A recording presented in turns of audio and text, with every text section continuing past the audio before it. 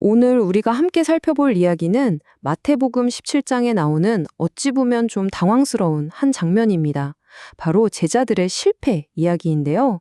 이 실패 속에서 진짜 믿음이 뭔지 그 본질을 발견하는 아주 흥미로운 시간이 될 겁니다.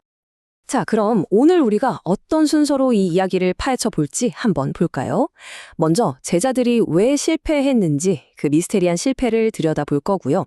그리고 그들을 향한 예수님의 아주 날카로운 진단, 이어서 나오는 겨자씨 믿음의 비밀, 마지막으로 이 모든 게 오늘날 실패를 겪는 우리에게 어떤 의미가 있는지까지 차근차근 짚어보겠습니다. 이야기의 시작이 좀 특이해요. 예수님이 아니라 그분의 제자들이 무대의 중앙에 서 있습니다. 그런데 이들이 정말 절박한, 도저히 감당할 수 없는 상황에 딱 부딪히는 장면에서부터 시작되죠. 정말 한 아버지의 절박한 외침이 들려오는 것 같죠? 주여 내 아들을 불쌍히 여기소서. 아들은 지금 불 속으로도 물 속으로도 뛰어드는 정말 생명이 위태로운 상황이에요. 예수님이 안 계신 동안 이 아버지가 기댈 수 있는 마지막 희망이 바로 제자들이었는데 그들이 그를 실망시킨 겁니다.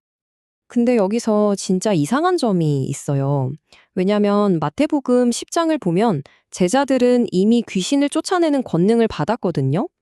분명히 능력이 있었는데도 이번엔 완전히 무력했던 거죠. 바로 이 지점에서 이 이야기 전체를 관통하는 핵심 질문이 나옵니다. 대체 뭐가 잘못된 걸까요? 왜 실패했을까요? 자, 바로 그때 예수님이 돌아오십니다. 그리고 이야기는 이제 클라이맥스로 향하는데요. 예수님의 반응이 우리가 예상하는 것과는 좀 다릅니다.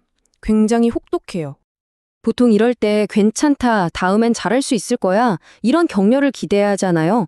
그런데 예수님은 정반대입니다. 군중을 향해서, 아니 더 정확히는 바로 자기 제자들을 향해서 정말 충격적인 책망을 쏟아내세요. 여기서 패역하다는 말이 좀 어렵게 들릴 수 있는데요. 이게 그냥 나쁘다, 사악하다 이런 뜻을 넘어서요. 설교에서는 이걸 영적으로 삐뚤어졌다고 설명합니다. 무슨 말이냐면 원래는 하나님의 능력으로 세상을 바꿔야 할 사람들이 오히려 세상의 불신의 영향을 받아서 막 흔들리고 있는 상태. 바로 그게 패역한 상태라는 거죠. 그러니까 핵심은 이거예요. 제자들의 실패는 능력이 없어서가 아니었다는 겁니다. 이건 믿음의 위기였던 거죠. 믿어야 할지 말아야 할지 그 사이에서 갈팡질팡하고 있었던 거예요. 사건이 좀 진정되고 나서 제자들이 조용히 예수님께 다가와서 물어봅니다. 저희는 어찌하여 쫓아내지 못하였나이까? 바로 이 질문에 대한 대답에서 이 사건 전체를 꿰뚫는 핵심 교훈이 드러납니다. 예수님의 대답은 아주 명확하고 단호합니다. 너희 믿음이 작은 까닭이니라. 믿음이 작다. 이게 대체 무슨 뜻일까요? 믿음의 크기를 키워야 한다는 걸까요? 바로 이 지점에서 설교가 아주 중요한 구분을 제시합니다. 잘못된 믿음과 올바른 믿음의 차이죠. 제자들은 아마도 과거의 성공 경험을 바탕으로 내 안에 있는 능력으로 이걸 해결하려고 했을지도 몰라요. 혹은 그 능력이 발휘되지 않자 좌절했겠죠. 하지만 올바른 믿음은 그게 아니라는 겁니다. 능력의 근원은 내가 아니라 오직 하나님 한 분뿐이라는 걸 인정하고 그분을 향해 전적으로 의존하는 것. 바로 이게 진짜 믿음이라는 거죠. 결국 진짜 믿음의 핵심은 자기 부인이라는 거예요. 내가 얼마나 대단한 믿음을 가졌는지가 아니라 나는 할 수 없구나. 하지만 하나님은 하실 수 있지? 이걸 인정하는 것. 바로 여기서부터 모든 게 시작된다는 겁니다. 그래서 예수님이 산을 옮길 만한 믿음에 대해 말씀하시는 건 말 그대로 산을 이리저리 옮기라는 뜻이 아니에요. 당시 유대인들에게 산을 옮긴다는 건 불가능한 일을 해낸다는 뜻의 관용어구였거든요. 즉, 진짜 하나님을 향한 믿음이 있다면 하나님께는 불가능이 없다는 걸 보여주는 비유인 거죠. 그러니까 진짜 중요한 건 믿음의 양, 그 크기가 아니라는 겁니다. 믿음의 질과 방향이 훨씬 더 중요해요. 생각해보세요. 겨자씨, 정말 작잖아요? 하지만 그 작은 믿음이라도 올바른 토양, 그러니까 하나님 자신에게 딱 심겨지기만 한다면 거기서 상상할 수 없는 하나님의 능력이 나타난다는 겁니다. 자, 그럼 이제 이 설교에서 가장 희망적인 부분으로 넘어가 볼게요. 이론은 알겠는데 그래서 우리도 제자들처럼 실패했을 때, 넘어졌을 때, 그때는 도대체 어떻게 해야 할까요?